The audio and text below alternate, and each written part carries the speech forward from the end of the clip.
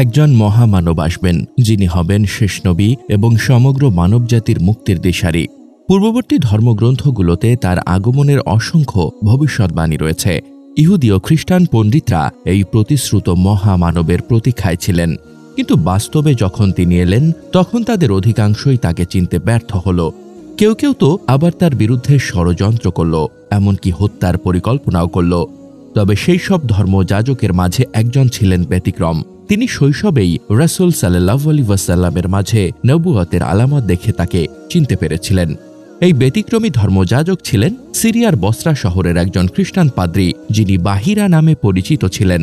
তিনি পূর্ববর্তী ধর্মগ্রন্থে পারদর্শী ছিলেন এবং সেসব গ্রন্থেই তিনি শেষ নবীর আগমনের ভবিষ্যৎবাণী পড়েছিলেন। নবুয়তের পূর্বলক্ষণ। তৎকালীন সময়ে সিরিয়া ছিল পূর্ব রোমান সাম্রাজ্যের সমৃদ্ধশালী অংশ, যেখানে মক্কার ব্যবসায়ীরা নিয়মিত যাতায়াত করতেন। রাসূল সাল্লাল্লাহু আলাইহি ওয়াসাল্লামের চাচা আবু তালিবও ব্যবসায়িক কাজে সেখানে যেতেন। রাসূল সাল্লাল্লাহু আলাইহি ওয়াসাল্লাম যখন মাত্র 12 বছর বয়সী ছিলেন, তখন তিনি চাচার সঙ্গে সিরিয়ায় যাওয়ার আগ্রহ প্রকাশ করেন। প্রথমে আবু তালিব রাজি না হলেও পরবর্তীতে ভাতিজার আবেগপূর্ণ অনুরোধে তাকে সঙ্গে নেন।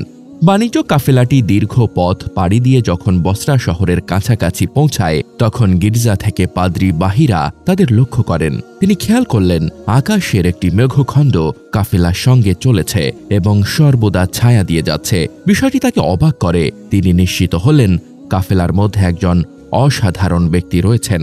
তাই তিনি কাফেলার সবাইকে গির্জায় আপ্যায়নের জন্য আমন্ত্রণ জানান। যদিও কুরাইশ ব্যবসায়ীরা বহুবার এই পথ ধরে গিয়েছেন, তবে এমন আমন্ত্রণ আগে কখনো পাননি। বাহিরার নবুয়তের পূর্বাভাস। কাফেলার সবাই গির্জায় উপস্থিত হলেও রাসূল সাল্লাল্লাহু আলাইহি ওয়াসাল্লাম একটি গাছের নিচে অবস্থান করছিলেন। বাহিরা তাদের উদ্দেশ্যে বললেন, কাফেলার সকলেই কি এখানে উপস্থিত? তারা বলল, একজন শিশু তাঁবুতে রয়ে গেছে। বাহিরা বললেন, তাকে ডাকাও, সে যেন আমার সঙ্গে আহারে অংশগ্রহণ করে। রাসূল সাল্লাল্লাহু আলাইহি ওয়াসাল্লাম গির্জায় প্রবেশ করলে বাহিরা তাকে গভীরভাবে পর্যবেক্ষণ করতে লাগলেন। তিনি বিস্ময়ের সঙ্গে লক্ষ্য করলেন যে বালকের চেহারা, আচার আচরণ এবং চরিত্রের মধ্যে পূর্ববর্তী গ্রন্থে বর্ণিত শেষ নবীর সমস্ত বৈশিষ্ট্য বিদ্যমান। অতঃপর তিনি নবুয়তের আরও একটি চিহ্ন যাচাই করতে রাসূল সাল্লাল্লাহু আলাইহি ওয়াসাল্লামের পিঠে নবুয়তের মোহর দেখতে চাইলেন এবং তা নিশ্চিত করলেন। এরপর তিনি আবু তালিবকে বললেন, এই বালক কি তোমার পুত্র? আবু তালিব বললেন, না, সে আমার ভাতিজা। বাহিরা বললেন, সত্যি সে তোমার পুত্র হতে পারে না, কারণ শেষ নবীর পিতা তার জন্মের আগেই মৃত্যুবরণ করবেন। তিনি আবু তালিবকে সাবধান করে দিয়ে বললেন, তোমার ভাতিজা অচিরেই নবুয়তের মর্যাদা লাভ করবে। গোটা মানব জাতির জন্য তিনি রহমত হয়ে আসবেন, কিন্তু অনেকেই তার বিরোধিতা করবে। তাকে শত্রুর হাত থেকে রক্ষা করো এবং দ্রুত তাকে সিরিয়া থেকে ফিরিয়ে নাও। বিশেষত ইহুদিরা যদি তাকে চিনতে পারে তাহলে তার ক্ষতি করার চেষ্টা করবে। আবু তালিবের সিদ্ধান্ত। বাহিরার পরামর্শ শুনে আবু তালিব দেরি না করে দ্রুত বাণিজ্যিক কাজ সম্পন্ন করে রাসূল সাল্লাল্লাহু আলাইহি ওয়াসাল্লামকে নিয়ে মক্কায় ফিরে আসেন। পরবর্তীতে বাহিরার ভবিষ্যৎবাণী সত্য প্রমাণিত হয়।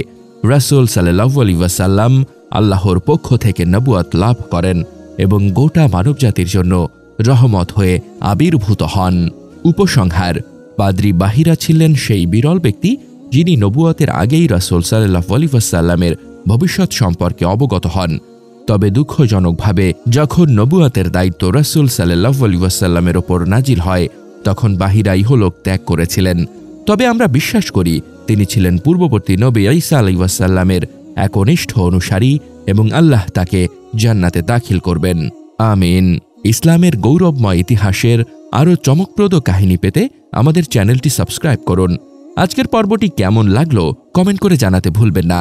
যদি ভালো লেগে থাকে তাহলে লাইক ও শেয়ার করুন এবং ইসলামের এই ঐতিহাসিক ঘটনাগুলো ছড়িয়ে দিন।